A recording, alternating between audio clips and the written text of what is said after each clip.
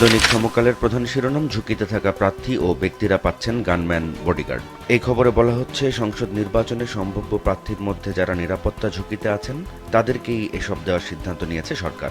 এবং এছাড়াও এই সংবাদে আরও বলা হচ্ছে, নিরাপত্তা নিশ্চিতে তৈরি করা হয়েছে সিকিউরিটি প্রোটোকল এবং আজকালের মধ্যেই সংশ্লিষ্টদের এটি জানানো হবে। 3 দিন পরও ধরা যায়নি প্রধান 2 অভিযুক্তকে। এটি ওসমান হাদি হত্যা চেষ্টার ঘটনায় করা প্রতিবেদন। এই খবরে বলা হচ্ছে, আসন্ন সংসদ নির্বাচনে ঢাকা 8-এর সম্ভাব্য স্বতন্ত্র প্রার্থী এবং ইনকিলাব মঞ্চের মুখপাত্র শরীফ ওসমান হাদিকে গুলির ঘটনায় প্রধান 2 সন্দেহভাজনকে চিহ্নিত করেছে আইন শৃঙ্খলা রক্ষাকারী বাহিনী। এবং তারা হলেন ছাত্রলীগের সাবেক নেতা ফয়সাল করিম মাসুদ এবং আলমগীর হোসেন, যিনি আলমগীর শেখ নামে পরিচিত। এবং 3 দিন কেটে গেলেও তাদেরকে ধরা যায়নি, এমনটি বলা হচ্ছে এই প্রতিবেদনে।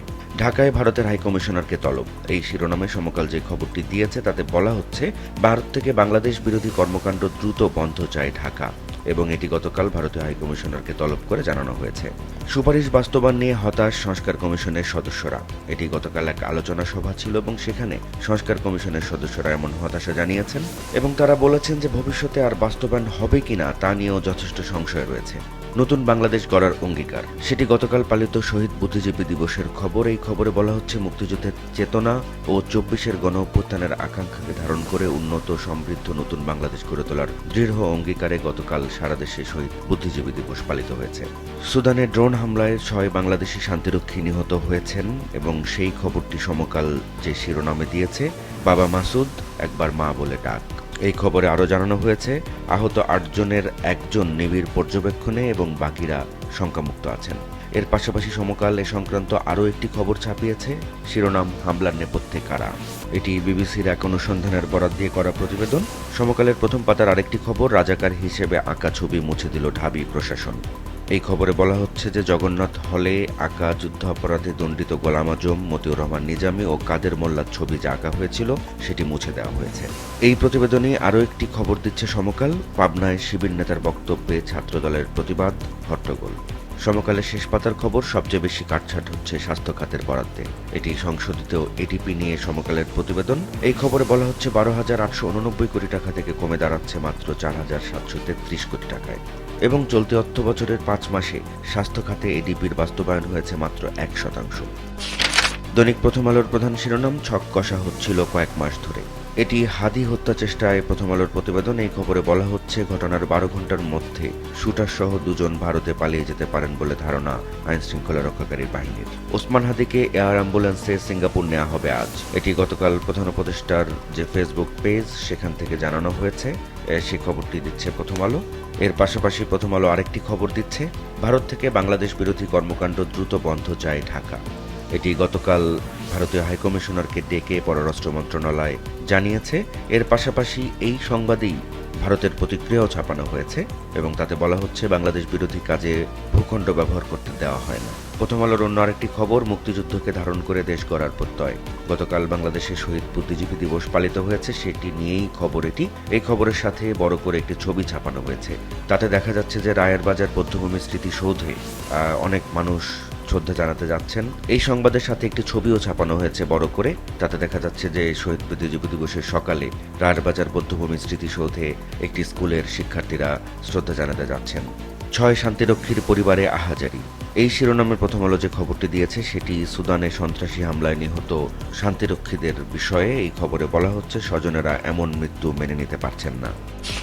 দৈনিক আজকের পত্রিকার প্রধান শিরোনাম, ভোটের আগে আতঙ্ক জনমনে। এটি আইন শৃঙ্খলা পরিস্থিতি নিয়ে তাদের প্রতিবেদন। এই খবরে বলা হচ্ছে, ওসমান হাদির ঘটনার পর সংসদ নির্বাচনে প্রার্থী ও নেতাদের মধ্যে শঙ্কা তৈরি হয়েছে। চোরাগপ্তা হামলা, নাশকতার আশঙ্কার মধ্যে গতকাল বাসে অগ্নিসংযোগ করা হয়েছে, এমনটিও জানানো হয়েছে এই প্রতিবেদনে। এবং আইন শৃঙ্খলা বাহিনীর সঙ্গে ইসির বৈঠকেও চোরাগপ্তা হামলার প্রসঙ্গ উঠে এসেছে। ওসমান হাদি সংক্রান্ত আরেকটি খবর আজকের পত্রিকায়, আজ সিঙ্গাপুর নেওয়া হবে ওসমান হাদিকে এবং তার মেডিকেল বোর্ড জানিয়েছে তার অবস্থা আশঙ্কাজনক। এছাড়াও এ সংক্রান্ত আরও একটি খবরে আজকের পত্রিকা বলছে, আসামি গ্রেপ্তারের আশা ছেড়ে দিয়েছে পুলিশ। গতকাল শহীদ বুদ্ধিজীবী দিবস পালিত হয়েছে সারা দেশে। সে সংক্রান্ত যে খবর আজকের পত্রিকা দিয়েছে প্রথম পাতার একদম উপরে শিরোনাম দেওয়া হয়েছে জাতীয় ঐক্যের ভিত্তিতে দেশ গড়ার আহ্বান। এর পাশাপাশি বড় করে একটি ছবি ছাপানো হয়েছে, তাতে বলা হচ্ছে শহীদ বুদ্ধিজীবী দিবস উপলক্ষে রাজধানীর রায়ের বাজার বৌদ্ধভূমি স্মৃতিসৌধে শ্রদ্ধা নিবেদন করেন সর্বস্তরের মানুষ। আজকের পত্রিকার অন্যান্য খবর, আসিফ মাহফুজকে ঘিরে এনসিপিতে নতুন সমীকরণ। এটি জাতীয় সংসদ নির্বাচনকে ঘিরে তাদের প্রতিবেদন। এই খবরে বলা হচ্ছে জ্যেষ্ঠ যুগ্ম আহ্বায়ক পদে আসতে পারেন মাহফুজ এবং সদস্য সচিব পদমর্যাদা চান আসিফ মাহমুদ। অন্যটি খবরে আজকের পত্রিকা বলছে বাংলাদেশের অভিযোগ প্রত্যাখ্যান ভারতের। এই খবরে বলা হচ্ছে হাদির উপর হামলাকারীরা যাতে ভারতে প্রবেশ করতে না পারে এবং ভারতে বসে কেউ যাতে সন্ত্রাসী কার্যক্রম চালাতে না পারে, এসব বিষয়ে বাংলাদেশের অভিযোগ প্রত্যাখ্যান করেছে ভারত সরকার। এবং গতকাল ভারতীয় হাইকমিশনারকে বাংলাদেশের পররাষ্ট্র মন্ত্রণালয় ডেকে এসব কথা জানিয়েছে এবং এর পরপরই এক বিজ্ঞপ্তিতে ভারত সরকার তাদের প্রতিক্রিয়া জানায়। আজকের পত্রিকার শেষ পাতার একটি খবর, অর্থায়ন বন্ধে যক্ষ্মা বিস্তারের শঙ্কা। এই খবরে বলা হচ্ছে যক্ষ্মা প্রবণ 22টি দেশের মধ্যে বাংলাদেশের অবস্থান সপ্তম এবং সরকারের পাশাপাশি বিভিন্ন বেসরকারি উন্নয়ন সংস্থা এই রোগটি নির্মূলের চেষ্টা চালিয়ে যাচ্ছে এবং এগুলোর মধ্যে গুরুত্বপূর্ণ প্রকল্পগুলোতে বৈদেশিক অর্থায়ন বন্ধের কারণে জনবল হারিয়ে যক্ষ্মা নিয়ন্ত্রণ কর্মসূচি এখন চাপে পড়তে যাচ্ছে। দৈনিক কালবেলার প্রধান শিরোনাম, দেশ ছেড়ে পালিয়েছে 2 মোস্ট ওয়ান্টেড।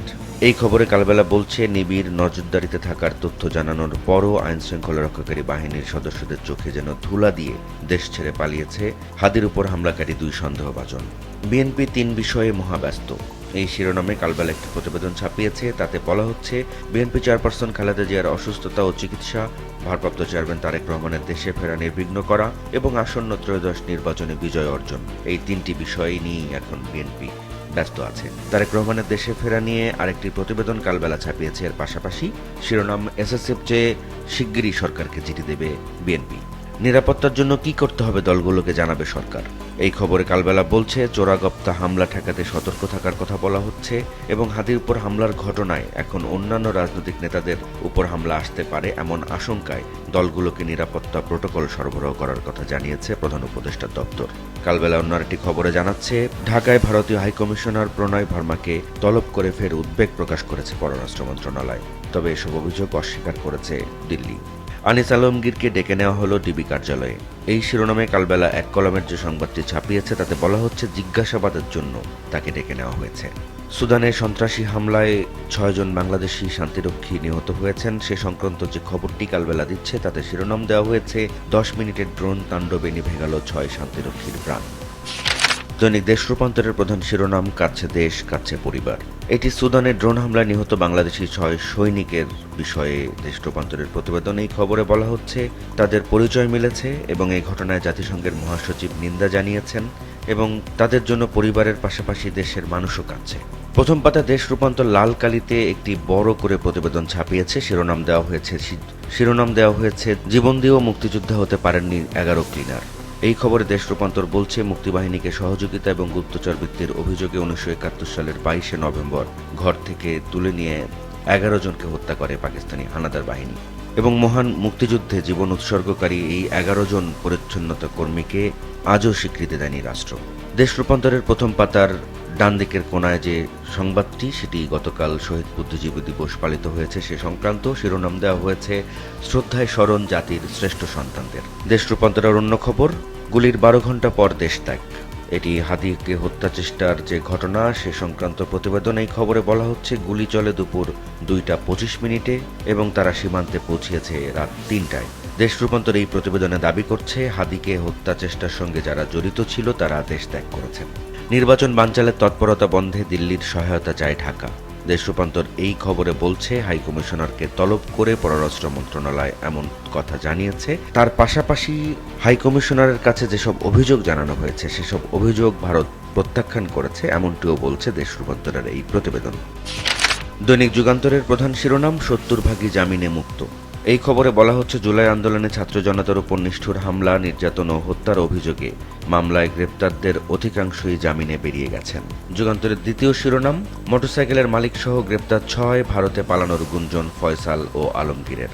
এটি ওসমান হাদি হত্যা চেষ্টার ঘটনায় যুগান্তরের প্রতিবেদন। এই খবরে বলা হচ্ছে যে রাত 3টার মধ্যে হামলাকারীরা দেশ ছাড়ে। হাদি সংক্রান্ত আরও একটি খবর যুগান্তর দিয়েছে প্রথম পাতাতেই। শিরোনাম, হাদিকে আজ নেওয়া হচ্ছে সিঙ্গাপুরে। গতকাল ইসিতে আইনশৃঙ্খলা পরিস্থিতি সংক্রান্ত একটি বৈঠক হয়েছে। সেই বৈঠকের যে খবরটি যুগান্তর দিয়েছে তাতে শিরোনাম দেওয়া হয়েছে নির্বাচন সামনে রেখে শঙ্কা জোড়াকপ্তা হামলার। শহীদ বুদ্ধিজীবী দিবস পালিত হয়েছে গতকাল। এ সংক্রান্ত খবরের শিরোনাম গণতান্ত্রিক অগ্রযাত্রা অব্যাহত রাখার প্রত্যয়।